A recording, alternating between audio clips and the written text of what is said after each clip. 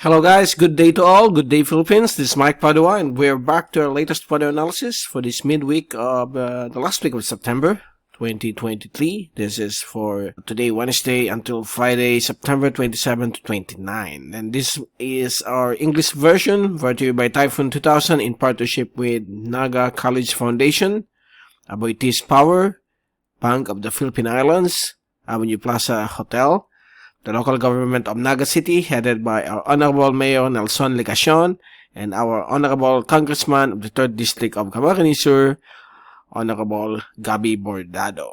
And before we begin with our update, we would like to again promote this software from Comunidad, the Climate Action Center. If you are an LGU or a company willing to have this climate resilient product, just go to our website, typhoon2000.ph, click on the banner of Comunidad. You will be forwarded to a Google form to be submitted, and after that, you will wait for Mr. Iron Cabasal to contact you, or you can contact him directly at 0976-163-7245 or at his email iron.cabasal@comunidad.co for him to explain to you what is this Climate Action Center all about, okay? So it's not only tropical cyclones, it also includes earthquakes and mosquito dengue reports, okay? And all climate-related information will be included in this Climate Action Center. So it has Resilience Suite, Sustainability Suite, Mobile CAC, and the Physical Impact Risk Assessment needed by your respective companies or LGUs. So just visit our website for more details. Okay, so let's begin with our update. Here's the latest GovSat issued early this morning.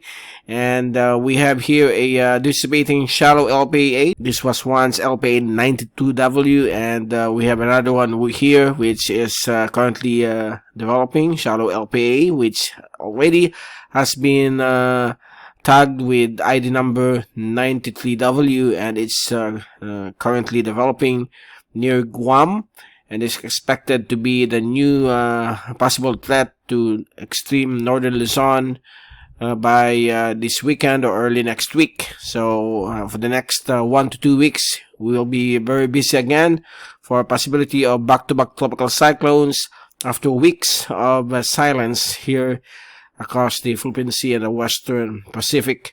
And the Monsoon Trough is quite weaker as of this time, but expect more localized thunderstorms in the afternoon or evening to prevail across Luzon, Visayas, and Mindanao, including Mimaropa. By the way, LPA 91W, which made landfall over Vietnam, and prior making landfall over Vietnam, in a span of 12 or more than 12 hours, it became a tropical depression, and Joint Typhoon Warning Center upgraded it into TD13W, but right now it's over Thailand, and it's just a remnant low pressure area, so it only persisted for about 18 hours, okay, after making landfall over Vietnam. So the southwest monsoon remains over the coastal waters of Vietnam, no longer affecting the Philippine Islands, just this monsoon trough, which is the convergence of the southwesterly winds and the northeasterly winds, okay? So just take all necessary precautions against lightning strikes and possible flooding when we have severe thunderstorms at your respective locations during this time of the day and for the next couple of days.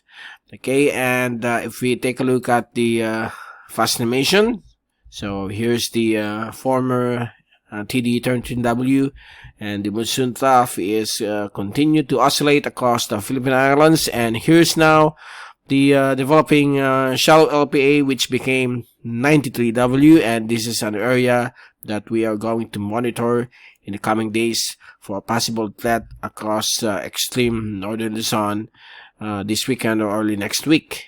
And if you take a look at the zoom in satellite animation, this animation beginning 7:30 a.m. until 12 noon today shows developing thunderstorms occurring once again across Visayas, Mindanao, Mimaropa, and also along the eastern sections of Luzon, and maybe later this afternoon or evening in some portions or some parts of southern Luzon, including the Bicol region. So expect these thunderstorms to again occur. Last night we have 3 hours of on and off thunderstorm or rainfall across Camarines Sur and the Bicol region. So it's a good thing because it brings irrigation or natural irrigation to our farmlands during the evening. And if we take a look at the wind forecast for the next 3 days from the European model, so this was the latest from the 2 a.m. update. And for the next 24 hours, the LPA here to the west-northwest of Guam has become active, and it's moving towards the Philippine Sea, and the Monsoon Trough remains over Luzon, interconnecting with another shallow LPA here over the West Philippine Sea, South China Sea area, but it's not expected to become a strong one. And on Friday, September 29, it's likely to become an active LPA and probably a tropical cyclone formation alert, or even becoming a tropical depression on Friday. But on Saturday, it's likely to become a tropical storm as it's about to enter the Philippine area of responsibility in the general direction of the extreme northern parts of Luzon. If we move forward until October 6th, I'm going to show to you the situation of this 1 and 2 tropical cyclones that could develop. So on the first day of October, the tropical depression will start to move north because of a passing shortwave trough known as a frontal system. And on October 2, Monday, it will be left behind, and the LPA 93W will start to move towards the extreme northern parts of Luzon. That's why on October 3, it's accelerating towards the northern portions of extreme northern Luzon. And on October 4 and 5, it's likely to pass in the vicinity of northern Batanes along Itbayat on the evening of Thursday, October 5. And then it will move into the West Philippine Sea towards southern China on October 6. And it might dissipate, okay? And then there's another one here forming to become an active LPA just to the west of Guam, moving towards the Philippine Islands. So it's still uncertain, especially more the forecast of more than 5 days. That will be the forecast of October 1 to 6. So we still don't know what will be the outcome of this, but we are going to monitor these 2 weather systems. So after 1 to 2 weeks of non-existence of tropical cyclone formation across the Philippine Islands, and we are again back for a possible threat of not just 1 but 2 tropical cyclones. So we are going to monitor this. But right now it's still uncertain if the first and the second one will move towards extreme northern Luzon, but we expect that during the month of October, November, and December, most of the tropical cyclones are visiting the Philippine Islands, with some recurving, okay, away from us.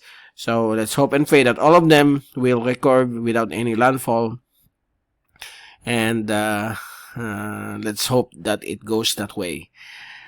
Okay, and before we leave you, here's the rainfall accumulation forecast for the next 3 days until Saturday. So these are localized thunderstorms across Memorapa, Visayas, parts of Mindanao, and Luzon because of the Monsoon Trough and the local thunderstorms. Okay, and if we take a look at the latest global hazard outlook from the Climate Prediction Center of NOAA, valid for the next 2 to 3 weeks. So for week 2, valid October 4 to October 10, the Philippine Islands and the Western Pacific, including the West Philippine Sea and South China Sea area, is under 20 to more than 40% of a tropical cyclone formation. So that's already what we are observing the two LPAs that could become a significant tropical cyclone between October 4 to 10. And then on weekly, which is highly uncertain as of this time, it's valid for October 11 to 17. The Philippine Islands, Western Pacific, and the South China Sea, West Philippine Sea area is still more than 20% of tropical cyclone formation probability. Okay, and this is still uncertain. Although here it's a 50-50 chance it will come through. We will continue to monitor the situation. Okay, so there you go. That's the latest for this Wednesday, and we will return this weekend to give you more updates on the upcoming potential storms. And from Typhoon2000, this is Mike Padua saying stay safe always, be #weatherwiser. Let's all pray that all of this will occur. And thank you so much for watching our channel.